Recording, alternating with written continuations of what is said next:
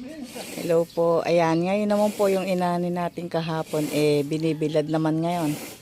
Yan, ganyan naman ang pagbibilad ng palay natin dito sa Nueva Ecija. Ayan, ganyan po. Ganyan natin siyang patuyuin. Yan. Yung ginagawa po niya, hinahalo niya yung palay or binabaliktad para matuyo. Ayan. So, ganyan po ang paraan ng pagpapatuyo ng palay dito sa Nueva Ecija.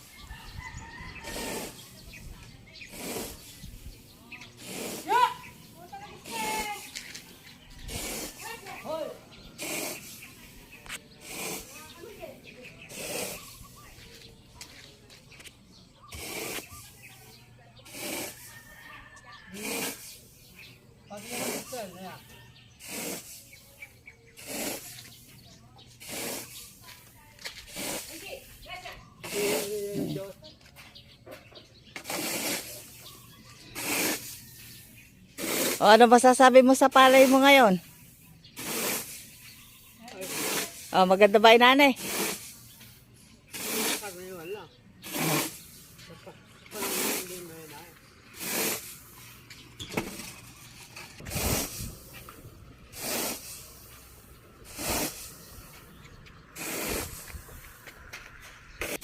Good morning.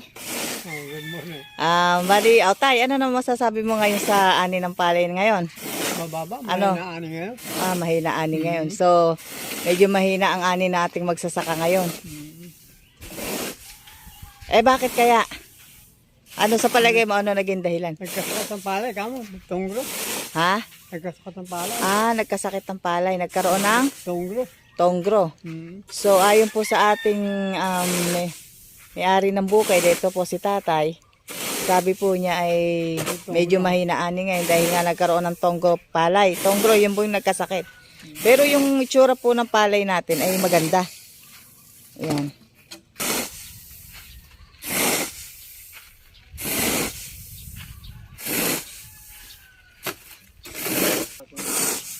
Napakaganda.